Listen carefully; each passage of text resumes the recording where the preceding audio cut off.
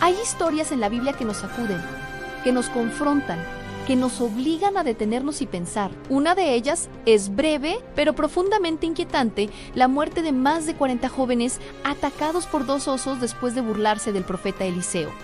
¿Qué pasó realmente en ese camino a Betel? Eran niños inocentes, haciendo una broma pesada. ¿Fue un castigo desproporcionado de un Dios enojado? A primera vista, la historia parece cruel y difícil de entender, pero hoy vamos a ir más allá de la superficie. Vamos a sumergirnos en el trasfondo histórico, a analizar el texto bíblico original y a descubrir el poderoso mensaje espiritual que esta historia tiene para nosotros, un mensaje que apunta directamente a la naturaleza de Dios y al estado de nuestro propio corazón. Prepárate, porque lo que vamos a descubrir cambiará por completo tu perspectiva. Para entender este evento, primero debemos viajar en el tiempo. Eliseo vivió en el siglo IX a.C., en el Reino del Norte, Israel. Esta no era una época de paz y devoción. Al contrario, fue un tiempo de profunda crisis espiritual. La idolatría se había extendido como una plaga.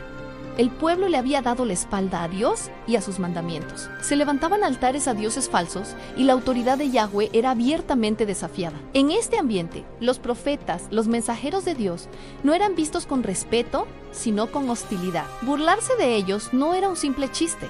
Era una declaración política y espiritual. Era una forma de decir: no queremos escuchar a tu Dios, no respetamos tu mensaje. Israel estaba en rebelión, y la burla era una de sus armas. El lugar donde ocurre el incidente es clave en Betel. Esta ciudad no era cualquier lugar. Jeroboam, el primer rey del reino dividido de Israel, había establecido en Betel uno de los 2 centros de adoración idólatra con un becerro de oro, para evitar que la gente fuera a adorar a Jerusalén. Con el tiempo, Betel se convirtió en un símbolo de la rebelión y la apostasía de Israel. Era, en esencia, la capital espiritual de la idolatría en el Reino del Norte. Así que, cuando Eliseo, el sucesor del gran profeta Elías, se dirige a Betel, no está entrando en un territorio amigo. Está caminando directamente hacia el corazón de la resistencia contra Dios, un lugar donde sus mensajeros eran despreciados y su mensaje rechazado. Ahora hablemos de los protagonistas de la burla. Muchas traducciones usan la palabra niños, lo que crea la imagen de pequeños inocentes. Pero, ¿es eso lo que dice el texto original hebreo? La frase utilizada es Neorim Ketonim. Aunque Ketonim puede significar pequeños, el término Neyerim es mucho más amplio. En la Biblia, Nearum se usa para describir a jóvenes que van desde los 15 hasta los 30 años. Se refiere a soldados jóvenes en el ejército, a siervos adultos e incluso a personas que, aunque ya no son niños, actúan con inmadurez. Por ejemplo, a Isaac se le llama Naar cuando tenía unos 20 años, y a los espías que envió Josué también se les describe con este término. Estos más de 40 jóvenes no eran un grupo de niños de primaria jugando en la calle. Eran una pandilla de hombres jóvenes, probablemente una turba que representaba la cultura rebelde y antidios que dominaba en la ciudad de Betel. No eran víctimas inocentes, sino agresores. Y su burla no fue una broma inofensiva. La gritaron: ¡Au, Alicio!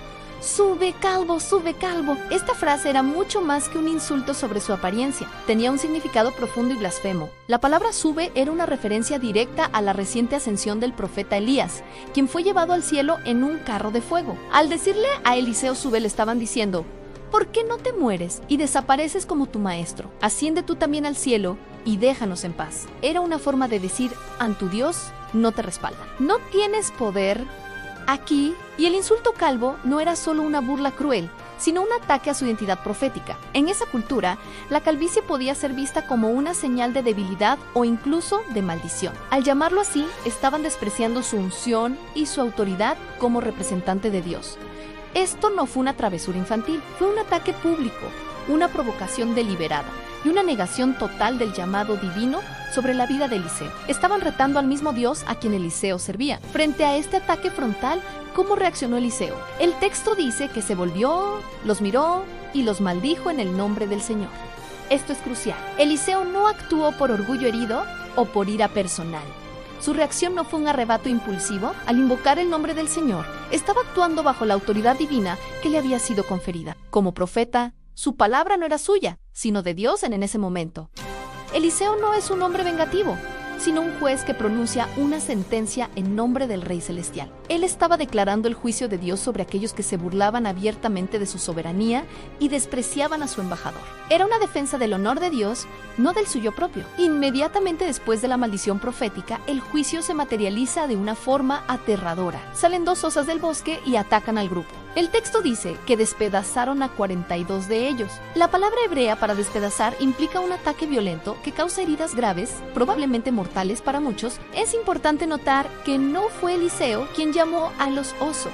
Él pronunció la palabra de juicio y Dios respondió. Esta fue una intervención sobrenatural y directa de Dios. No fue una coincidencia desafortunada. Fue una señal clara y terrible, diseñada para proteger a su profeta y enviar un mensaje contundente a todo el pueblo de Bítol y de Israel. La rebelión contra Dios tiene consecuencias devastadoras. Este evento, tan chocante como es, tenía un significado espiritual inmediato y muy claro para quienes lo presenciaron y escucharon sobre él primero.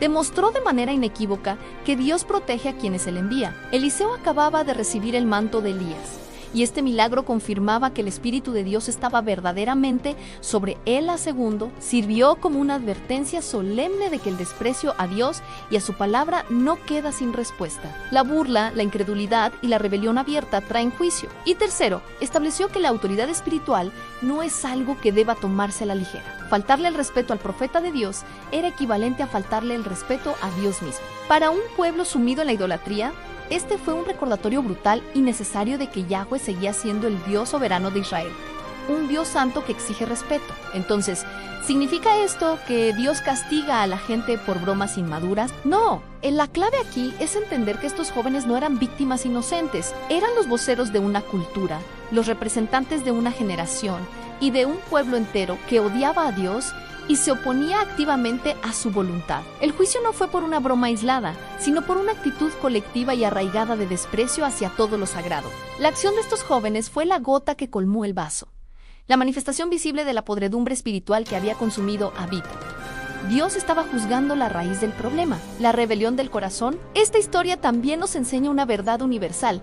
La rebelión y el pecado generan su propia destrucción. La violencia y el odio que la gente de Bítol sembró contra Dios y sus profetas, finalmente se volvieron contra ellos de una manera literal y salvaje. La cultura de muerte que habían abrazado al adorar ídolos sin vida terminó trayendo muerte real a sus propias puertas. Es un principio que vemos a lo largo de toda la escritura y de la historia humana. Cuando nos alejamos de la fuente de la vida, que es Dios, inevitablemente caminamos hacia la destrucción. El pecado se autoconsume. Muchos siglos después, Jesús llegó y con él la máxima revelación del amor y la misericordia de Dios. Pero su llegada no anuló la santidad y la justicia de Dios. De hecho, Jesús reafirmó estos principios. Advirtió repetidamente sobre las consecuencias de rechazar la voz de Dios. Habló del juicio que vendría sobre aquellos que persistieran en la incredulidad. Jesús mismo fue burlado, despreciado y rechazado. Pero en lugar de invocar un juicio inmediato, absorbió ese juicio en la cruz. Él nos ofrece una gracia que Eliseo no pudo ofrecer, pero también nos llama a tomar en serio la autoridad de Dios, a honrar a quienes Dios envía. Ya sean profetas del Antiguo Testamento o los apóstoles y la Iglesia del Nuevo, sigue siendo un mandato divino. Jesús es la manifestación perfecta de un Dios que advierte con amor, pero que también es justo. Entonces, ¿qué nos enseña esta historia tan intensa a nosotros hoy, en el siglo XXI?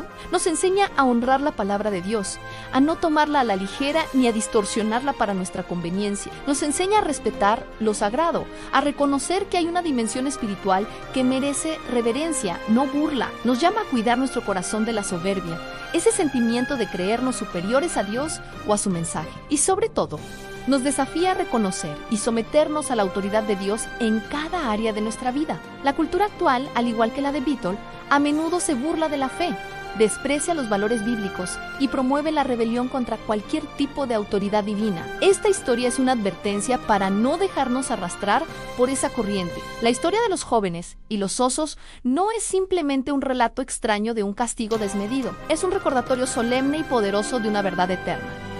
Dios es increíblemente paciente y misericordioso. pero no es indiferente al mal. El rechazo constante y desafiante a su amor, a su palabra y a su autoridad, tarde o temprano, trae consecuencias. Pero la buena noticia es que la puerta de la gracia sigue abierta. Cristo nos llama a volver a Él, a arrepentirnos de nuestra rebelión y a aceptar su señorío antes de que sea demasiado tarde.